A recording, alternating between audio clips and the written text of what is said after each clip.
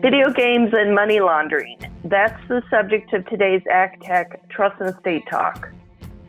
Welcome to ACTEC Trust and Estate Talk from the American College of Trust and Estate Counsel, a professional society of peer-elected trust and estate lawyers in the United States and around the globe. This series offers professionals best practice advice, insights, and commentary on subjects that affect our profession and clients. And now, our ACTEC fellow host with today's topic. This is Susan Snyder, ACTEC fellow from Chicago. Video games have become an opportunity for money launderers. To educate us more on this topic, you'll be hearing today from ACTEC fellow Nancy Crow of Denver, Colorado. Welcome, Nancy. Thank you, Susan. Video games are indeed everywhere today. They're on dedicated consoles like Xboxes and PlayStations, on desktop computers in homes and, believe it or not, offices, on peripatetic laptops, on smartphones, even on the evening news. Just this week, Congresswoman AOC and Ilhan Omar appealed to young voters by playing the video game Among Us on the streaming platform Twitch. Gaming not only offers a great escape to a virtual reality and the opportunity for social contact in a time of quarantine, it's big business. There are 2.7 billion people expected to play around the globe and to spend nearly $160 billion this year. Yep, this is big business. Gaming has even become a spectator sport. Before the pandemic sent us all home, esports stadiums were springing up around the world, broadcasting on ESPN and ABC. Video games frequently lure gamers in with no or low entry fees. Then they offer the opportunity to purchase skins, weapons, other accessories, or power-ups to enhance the gaming experience. To purchase these amenities and compete as a well-equipped avatar, gamers use real money to purchase in-game virtual money. Then, because gaming is lightly regulated and the dollar amounts of individual transactions are often small, so-called microtransactions, video games have often an avenue for criminals to cleanse their ill-gotten gains.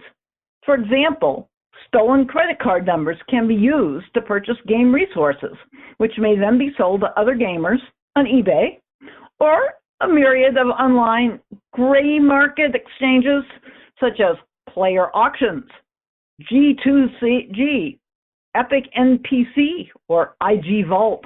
As with other digital assets, hackers may also take over gaming devices and access players' account information for private gain.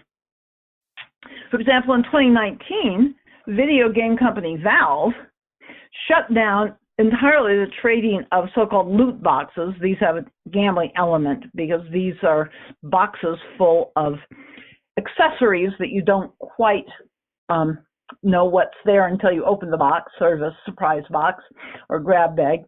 They slowed down the trading and shut down the trading of keys to purchase these virtual boxes of accessories in their game Counter-Strike Global Offensive after it was disclosed that approximately 90% of the transactions involved illicit funds. The most popular in-game currencies, such as Fortnite's V-Bucks, are not directly convertible back into hard money. Like Roche Motels, you can check in, but you can't check out. Although active black markets in these gaming accessories apparently exist. Convertible virtual currencies provide more obvious opportunities to money launderers, although they are now more closely but still relatively loosely scrutinized. Participants in the virtual city game, although they don't consider it a game, called Second Life, create entire communities whose virtual residents shop in virtual boutiques and live in virtual houses that sell for substantial amounts of Linden dollars. Linden dollars are convertible into various kinds of real currency. In 2013, the United States Financial Crimes Enforcement Network, that's FinCEN, classified Lindenland, the home of the Linden dollar, as a money services business, making it subject to the Bank Secrecy Act's Know Your Customer regulations and foreign transaction reporting. Unlike other video game providers, Linden Lab is now required to file suspicious activity reports, or SSARs, with the IRS, which has recently expanded its review of money laundering. And finally, remember I said 2013, Linden Lab was classified as a money services bureau. Finally, in July of 2019, Linden Lab got around to requiring all of its users to register and provide actual identification. So what to do about this potential cleansing of illicit funds by nefarious folks? What actions are being taken? What should be done to deter the use of video games, the source of joy and escape for many for money laundering? Understandably, different interest groups have varying approaches to this. For example, last year, the International Financial Action Task Force, FAFT, recommended that governments begin regulating virtual transactions and require licenses for virtual asset service providers.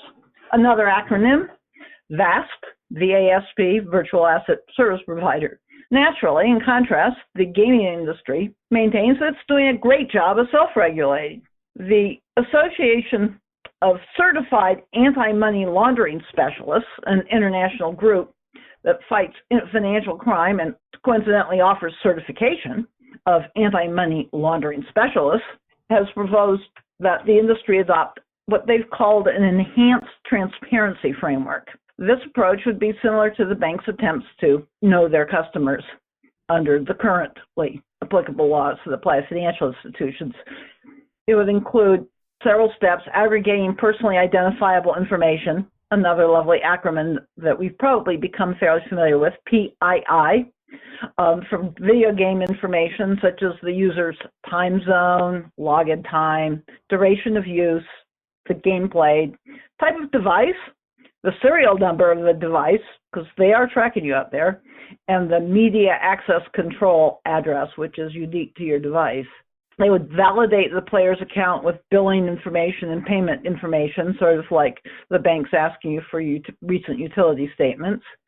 It would require additional documentation of identity, such as government-issued photo IDs, or they might try to draw that information out of the players by enticing to offer additional information, like receiving rewards. They could obtain and aggregate additional information about player behavior, similar to the sensors that motorists sometimes are enticed to place in their cars to provide feedback to their insurance companies.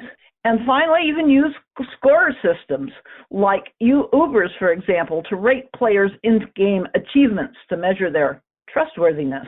Well, implementing this far-reaching transparency framework would clearly be expensive for the industry and lucrative for the anti-money launderers. It would impose perhaps insurmountable burdens on some of the legitimate gamers, and they might run afoul of recent data privacy and data protection laws. Whether it would actually succeed in capturing significant criminal activity, remember, so much of this activity is in microtransactions under $200 in most cases, is unclear. Video game accounts are but one of many digital assets we hold today. As more and more virtual money changes hands, video games are likely to come under increasing scrutiny by government regulators, taxing authorities, and prosecutors. Be prepared. Thank you, Nancy. Thanks for this eye-opening look at video games and how bad actors are taking advantage of this ever-evolving and fast-moving industry. Thank you for listening to this episode of ACTEC Trust and Estate Talk, the podcast series about wealth planning matters from the American College of Trust and Estate Counsel. To find an ACTEC lawyer near you, visit actec.org.